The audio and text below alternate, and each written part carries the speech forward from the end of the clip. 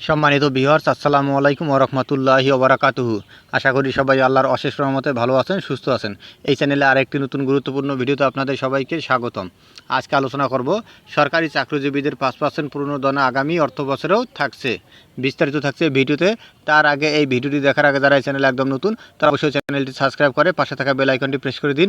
আর যারা ইতিমধ্যে সাবস্ক্রাইব করেছেন তাদেরকে জানাই অসংখ্য ধন্যবাদ। সরকারি চাকরিজীবীদের 5% পুনর্গণনা আগামী অর্থবছরেও থাকছে।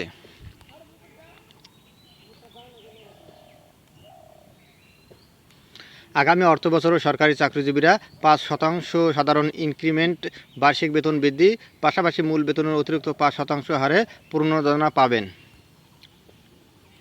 ক্রমবর্ধমান মূল্যস্ফীতির প্রভাব মোকাবেলায় চলতি অর্থবছরের শুরুতেই চাকরিজীবীদের জন্য বার্ষিক বিশেষ পুনর্গণনার সুবিধা ঘোষণা করে সরকার।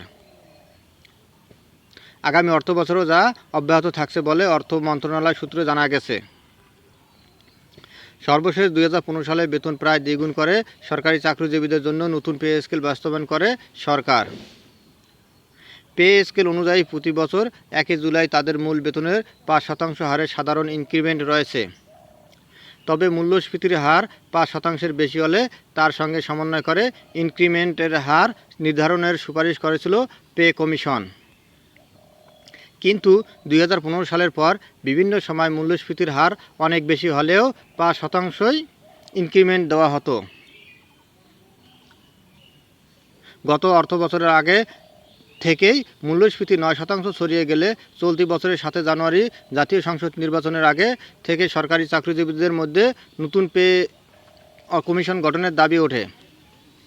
তবে চলতি অর্থবছরের জন্য গত বছরে 1 জুন জাতীয় সংসদে উপস্থাপিত বাজেটে নতুন পে কমিশন গঠন কিংবা বেতন বাড়ানোর কোনো প্রস্তাব করা হয়নি। এর পরিবর্তে 5% বিশেষ পুনর্গণনা দেওয়া হয়। এছাড়া বলা হয়, যত নিচের গ্রেডে হোক বেতন অন্তত 1000 টাকা বাড়বে। জানা গেছে, আগামী 24-25 অর্থবছরের বাজেটে সরকারি চাকরিজীবীদের বেতন ভাতায় বরাদ্দ থাকছে 83,500 কোটি টাকা।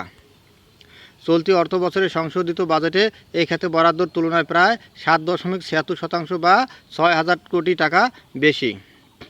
চলতি 2023-24 অর্থবছরের মূল বাজেটের সরকারি চাকরিজীবীদের বেতন ভাতায় বরাদ্দ ছিল 80,463 কোটি টাকা।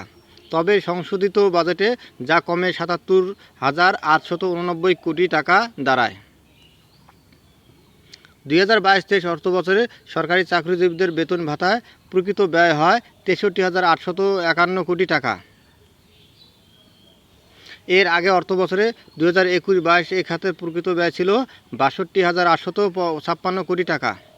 আর 2020-21 অর্থবছরে সরকারি চাকরিজীবীদের বেতন ভাতায় প্রকৃত ব্যয়ের পরিমাণ ছিল 61,672 কোটি টাকা।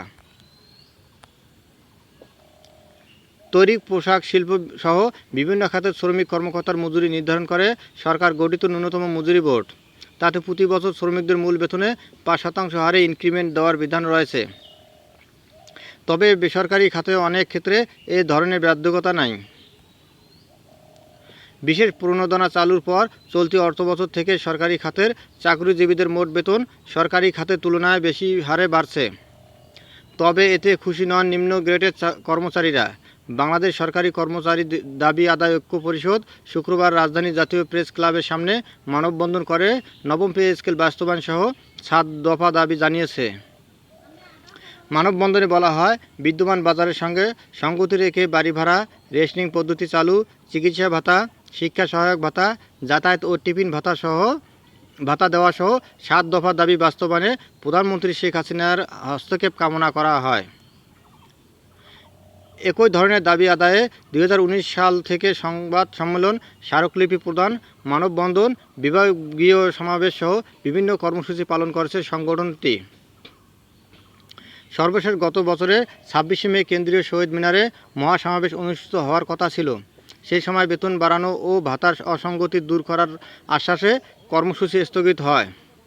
ঐক্য পরিষদের সভাপতি আনোয়ারুল ইসলাম তোতা সরকারের কাছে জোর আহ্বান জানিয়েছেন যাতে তাদের দাবিগুলো দ্রুত বাস্তবায়ন করা হয়, অন্যথায় আগামীতে কঠোর কর্মসূচি ঘোষণা করা হবে। ধন্যবাদ জানিয়ে বিদায় নেওয়ার আগে আবারও অনুরোধ জানাই, যদি ভিডিওটি ভালো লাগে এবং সর্বশেষ আপডেট ভিডিও পেতে চান তাহলে অবশ্যই চ্যানেলটি সাবস্ক্রাইব করুন। ধন্যবাদ সবাইকে।